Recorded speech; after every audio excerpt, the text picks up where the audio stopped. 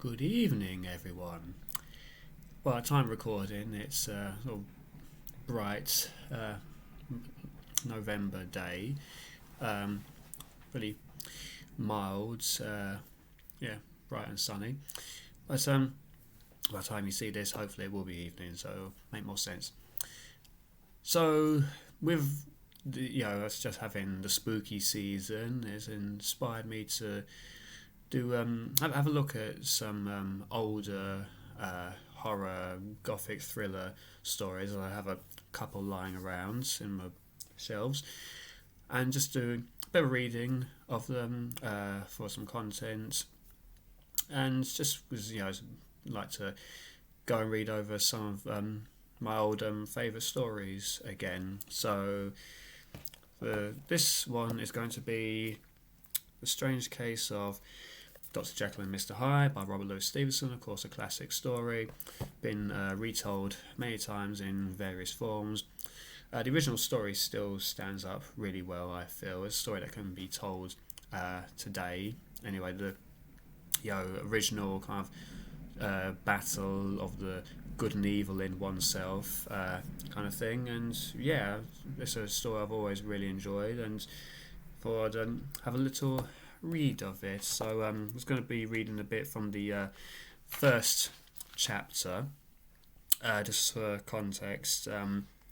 The first chapter is just the lead characters sort of discussing their first encounter with Mr. Hyde. Of course, it's not revealed until later on. The actual split personality, that's all left for the end of the story. But I'll just read this opening chapter.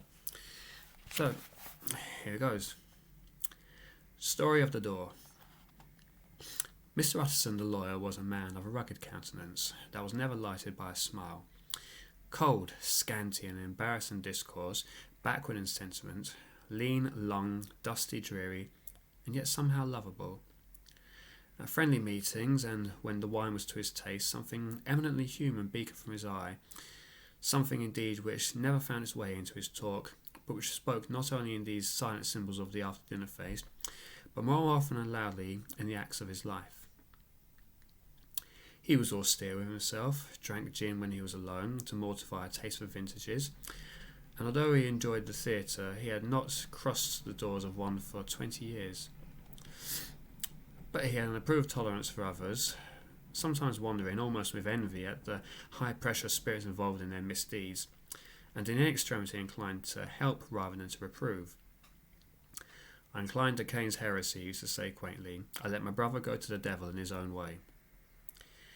In this character, it was frequently his fortune to be the last reputable acquaintance and the last good influence in the lives of downgoing men. And to such as these, so long as they came about his chambers, he never marked a shade of change in his demeanour. No doubt the feat was easy to Mr. Utterson, for he was undemonstrative at the best, and even his friendships seemed to be founded in a similar catholicity of good nature. It is the mark of a modest man to accept his friendly circle readily made from the hands of opportunity, and that was the lawyer's way. His friends were those of his own blood, or those whom he had known the longest. His affections, like ivy, were the growth of time. They implied no aptness in the object. Hence, no doubt, the bonds that united him to Mr. Richard Enfield, his distant kinsman, the well-known man about town. It was a nut to crack for many what these two could see in each other, or what subject they could find in common. It was reported by those who encountered them in their Sunday walks that they said nothing, looked singularly dull, and would hail with obvious relief the appearance of a friend. For all that, the two men put the greatest store by these excursions, counted them the chief jewel of each week, and not only set aside occasions of pleasure, but even resisted the calls of business that they might enjoy them uninterrupted. It chanced on one of these rambles that their way led them down a by-street in a busy quarter of London. The street was small and what is called quiet, but it drove a thriving trade on the weekdays. The inhabitants were all doing well, it seemed, and all earnestly hoping to do better still, laying out the surplus of their gains in coquetry, so that the shop fronts stood along that thoroughfare with an air of invitation, like rows of smiling saleswomen. Even on Sunday, when it veiled its more florid charms and lay comparatively empty of passage, the street shone out in contrast to its dingy neighbourhood, like a fire in a forest, and with its freshly painted shutters, well-polished brasses, and general cleanliness and gaiety of note, instantly caught and pleased the eye of the passenger. 2 doors from one corner, on the left hand going east, the line was broken by the entry of a court, and just at that point a certain sinister block of building thrust forward its gable on the street. It was 2 stories high, showed no window, nothing but a door on the lower story, and a blind forehead of discoloured wall on the upper, and bore in every feature the marks of prolonged and sordid negligence.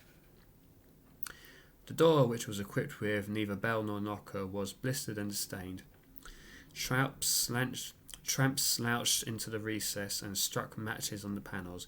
Children kept shop upon the steps. The schoolboy had tried his knife on the mouldings, and for close on a generation no one had appeared to drive away these random visitors or to repair their ravages.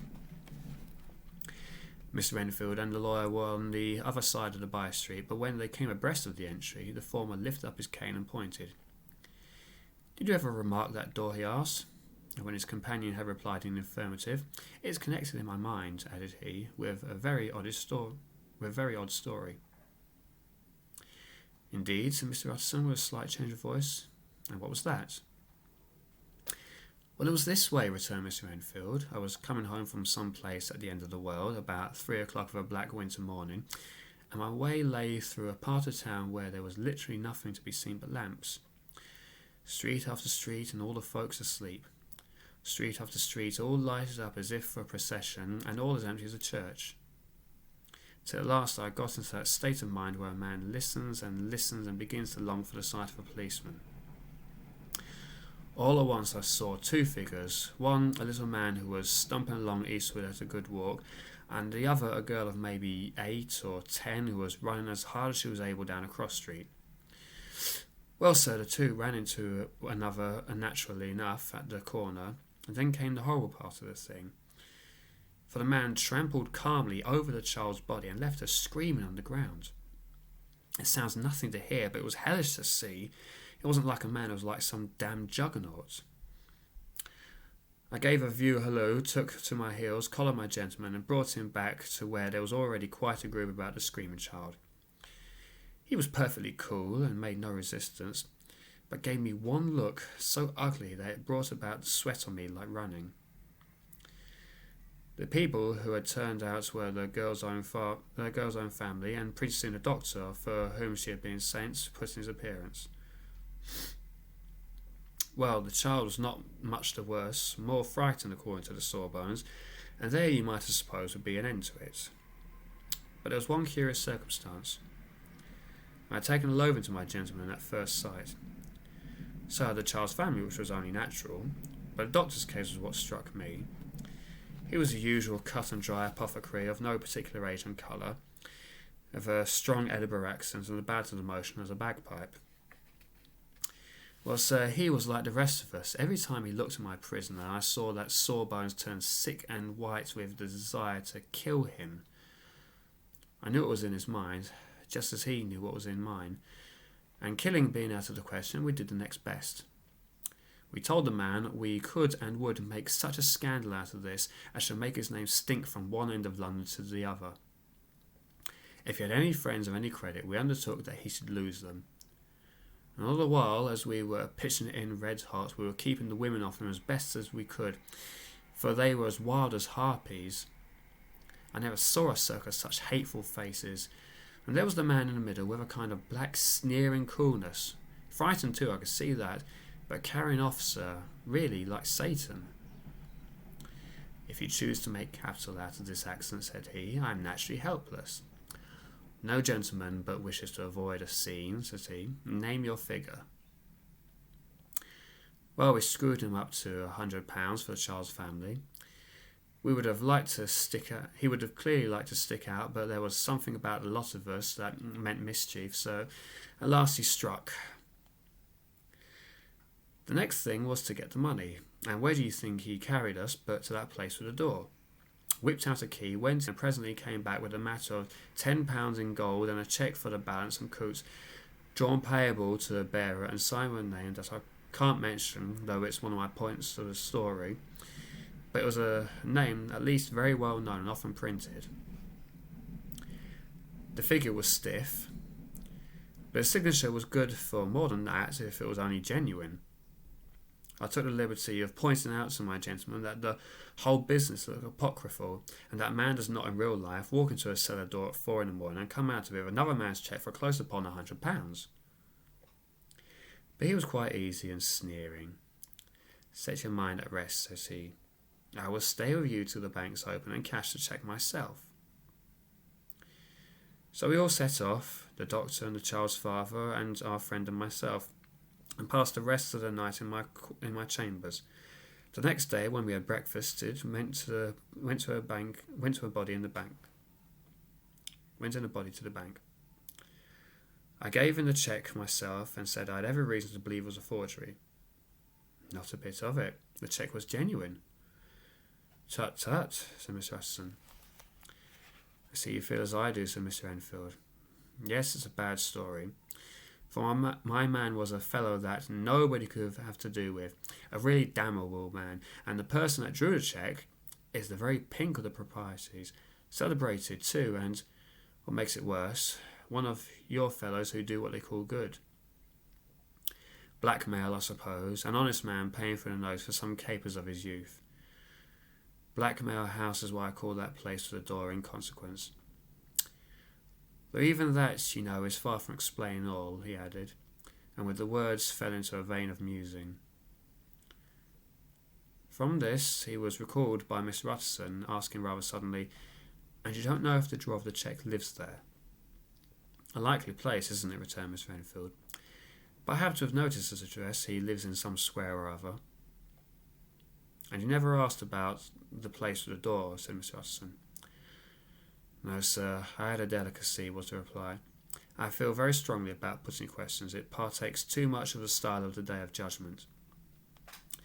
You start a question, it's like starting a stone. You sit quietly on the top of a hill, and away the stone goes, starting others, and presently some bland old bird, the last you would have thought of, is knocked on the head in his own back garden, and the family have to change their name. No, sir, I make it a rule of mine. The more it looks like Queer Street, the less I ask." "A very good rule too," says the lawyer. "But I have studied the place for myself," continued Mr. Enfield. "It seems scarcely a house. There is no other door, and nobody goes in or out of that one but once in a while the gentleman of my venture. There are 3 windows looking on the court on the first floor, none below. The windows are always shut, but they're clean. And then there is a chimney, which is generally smoking, so somebody must live there. And yet it's not so sure, for the buildings are so packed together about that court it's hard to say where one ends and another begins." The pair walked on again for a while in silence. Then Enfield and Mr. Utterson, "That's a good rule of yours." "Yes, I think it is," returned Enfield. "And for all that," continued the lawyer, "there's one point I want to ask. I want to ask the name of that man who walked over the child." "Well," said Mr. Enfield, "I can't see what harm it would do. It was a man by the name of Hyde." Said Mr. Utterson. "What sort of a man is he to see?" "He is not easy to describe. There is something wrong with his appearance, something displeasing, something downright detestable. I never saw a man I so disliked, and yet I scarce know why. He must be deformed somewhere. He gives a strong feeling of deformity, although I couldn't specify the point. He's an extraordinary looking man, and yet I really can name nothing out of the way. No, sir, I can make no hand of it. I can't describe him. And it's not want of memory, for I declare I can see him this moment."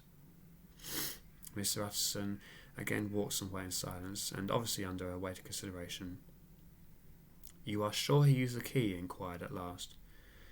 "My dear sir," began Enfield, surprised out of himself. "Yes, I know," said Utterson. "I know it must seem strange. The fact is, if I do not ask you the name of the other party, it's because I know it already. You see, Richard, your tale has gone home. If you have been inexact in my point, you had better correct it." "I think you might have warned me," returned the other, with a touch of sullenness. But I've been pedantically exact, as you call it. The fellow had a key, and what's more, he has it still. I saw him use it not a week ago. Mr. Utterson sighed deeply, but never said a word, and the young man presently resumed. Here is another lesson to say nothing, said he. I am ashamed of my long tongue. Let us make a bargain never to refer to this again. With all my heart, said the lawyer. I shake hands on that, Richard. And that is the end of Chapter 1 of The Strange Case of Dr. Jekyll and Mr. Hyde. Stay tuned for further stories.